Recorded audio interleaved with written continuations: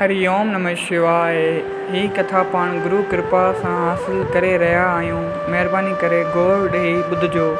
कलयुग ऐं राजा युधिष्ठिर। जीअं तव्हांखे ख़बर आहे त छंछरु ऐं आचर जे ॾींहुं तव्हांखे कथा ॿिनि भाॻनि में विरायल मिलंदी, जंहिंजो पहिरियों भाॻ हीअ आहे, कलयुग ऐं राजा युधिष्ठिर। महाराज युधिष्ठिर 2 घड़ियूं एकांत में वेही अंदरि कमरे में नाम जो सिमरन कंदो हुओ। 12हें दरवाज़े ते भीमसेन खे बीहारींदो हुओ, तंहिंखां पोइ 2 नंबर दरवाज़े ते अर्जुन खे, 3 दरवाज़े ते सहदेव ऐं नकुल ॿिन्ही खे, तंहिंखां अंदरि 4 नंबर जाइ में पाण परदो ॾेई नाम जो सिमरन कंदो हुओ। हिकिड़े ॾींहुं राजा युधिष्ठिर अञा शेवा में वेठो हुओ त ओॾी महिल हिकिड़ो माण्हू पहिरें दरवाज़े ते आयो ऐं अची भीमसेन खे चयाईं त मूंखे अंदरि राजा युधिष्ठिर सां मिलणो आहे। भीमसेन चयसि त हिन वक़्तु महाराज जिन एकांत में वेठा आहिनि, जेकॾहिं तव्हांखे को कमु हुजे त मूंखे ॿुधायो।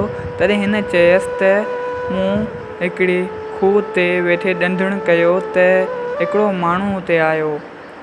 उन वटि बाल्टी ऐं रसो हथ में हुआ, जंहिंसां पाणी कढी मटकनि में विझणु लॻो ऐं हिकिड़ी बाल्टी मां तक़रीबन 10 मटका भरिजी विया। पोइ मूं चयसि त हाणे मटकनि वारो पाणी वरी बाल्टी में विझ, त उन बि ईअं ई कयो जो मटकनि वारो पाणी बाल्टी में विधाईं त उन साॻे पाणी मां बाल्टी अधु बि कान थी।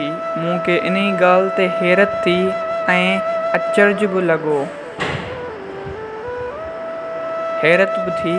उन जो जवाबु वठणु आयो आहियां। तॾहिं भीम चयसि त मूंखे हिन जो जवाबु नथो अचे, तूं भले अंदरि वञ। पोइ हू अंदरि 2 दरवाज़े ते आयो जिते अर्जुन बीठो हुओ। उते हिन चयसि त मूंखे अंदरि महाराज युधिष्ठिर में कमु आहे।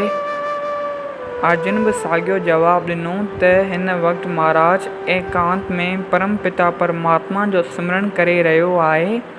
को कमु हुजे त मूंखे खणी ॿुधा। तंहिं ते हिन चयसि त आउं जंगल में वियसि। उते हिकु गंवार गांयुनि खे वठी तला ते पाणी पीआरणु आयो। उते हिकिड़ी गऊं वियामी पई। उते छा ॾिसां जो उहा गऊं पंहिंजे पैदा थियल ताज़े गाभे खे दाइणु लॻी। इहो अजब दृश्य ॾिसी ताजुब लॻो। तंहिंजो जवाबु पुछणु आयो आहियां।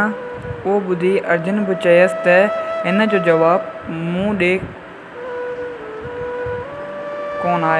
कोन आहे, मां कोन ॾेई सघंदसि।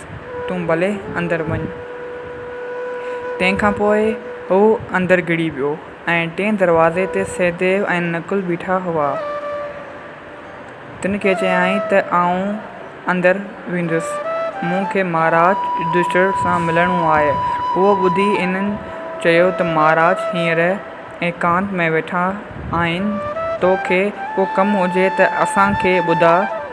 तंहिं ते हिन चयसि त मुंहिंजे घर जे भरिसां हिकु ॿनी आहे। ॿनी जो मालिक ॿनी जी बचाए लाइ वाड़ ठाही आहे, मगर अॼु सुबुह जो ॾिठुमि उहा वाड़ ॿनीअ खे खाई रही आहे। उहो ॿुधी इन्हनि बि चयसि त असांखे हिन जो जवाबु नथो अचे, ॿियो को कमु हुजे त ॿुधा। तंहिं ते उन वरी ॿी ॻाल्हि ॿुधाइणु शुरू कई। चवणु लॻो त अॼु आउं बाज़ार में वियसि त उते छा ॾिसां जो हिकु हाथी सुई जे सुराख़ मां पियो निकिरे।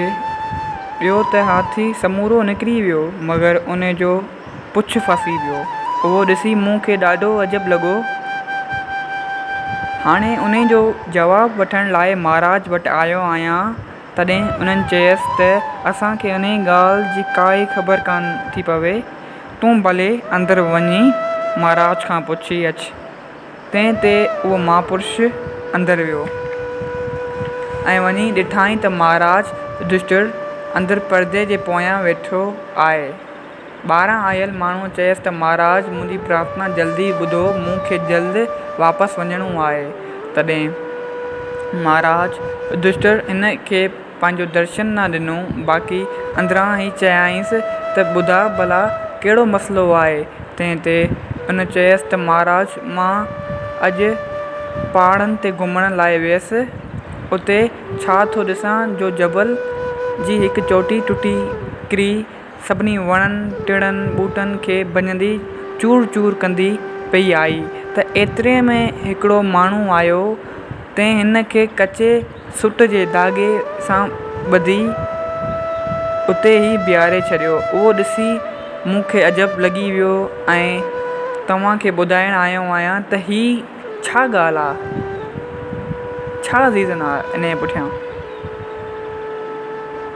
उहो ॿुधी राजा युधिष्ठिर हिकदमि वॾे आवाज़ सां हकल करे चयो त हिन खे पकड़िजो, मतां छॾिजो, हिन खे पकड़ियो, मतां छॾिजो। उहो ॿुधी हू यकदमि उते ग़ाइबु थी वियो। एतिरे में महाराज युधिष्ठिर जो नितनेम संपूर्ण थियो। तॾहिं चइनि ॿारनि नमस्कार करे अची पुछियसि त ए श्रीमन श्री महाराज, ही केरु हुओ? तंहिं ते महाराज युधिष्ठिर वराणियो जवाबु ॾिनो त ही कलयुग हुओ। ख़बर ॾियण आयो हुओ त हाणे मुंहिंजो राज थींदो ऐं तव्हां राजाई छॾे हलिया वञो। चओ जय सियाराम। कथा जो पहिरियों भाग समाप्त थियो। जय सियाराम। अगरि हीअ कथा तव्हांखे वणी आहे त पंहिंजनि सां शेयर कयो। ॿियो भाग सुभाणे अपलोड कयो वेंदो।